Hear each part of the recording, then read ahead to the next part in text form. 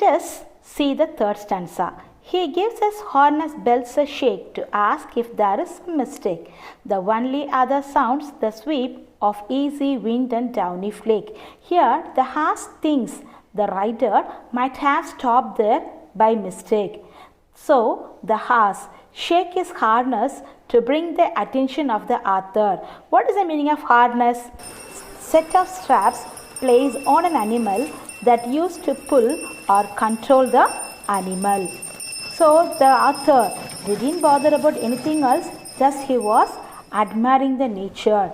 The poet hears the sound of the sweeping wind and falling snowflakes. What is the meaning of sweeping wind? Do you think sweeping means is a broom to sweep? No. Here sweeping means move smoothly. So he was admiring the wind which is moving very smoothly and falling snowflake. Children, do you see the picture? How beautiful it is, isn't it? See the snowfall and the frozen lake. These things attracted the poet. Now, the poet was totally admired by the snowfall and the frozen lake. The fact that the speaker mentioned here, the sound of the snowfall indicates how quiet the forest is on that snow day. The sounds heard by the speaker are the sounds of the nature. Children, I told you earlier, the poet is the lover of nature. So he was totally attracted by the nature. I hope children you have understood the third stanza. Let us see the last stanza. The woods are lovely, dark and deep, but I have promises to keep, and miles to go before I sleep, and miles to go before I sleep. The woods are so beautiful. Due to winter season, the woods are totally covered by the snow. They cast magic spell on the poet and is mesmerized by its beauty.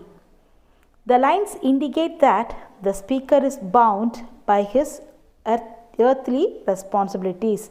He has many responsibilities to fulfill. He has to run towards his goal. He is unable to stay back in the woods. So, he has to continue his journey.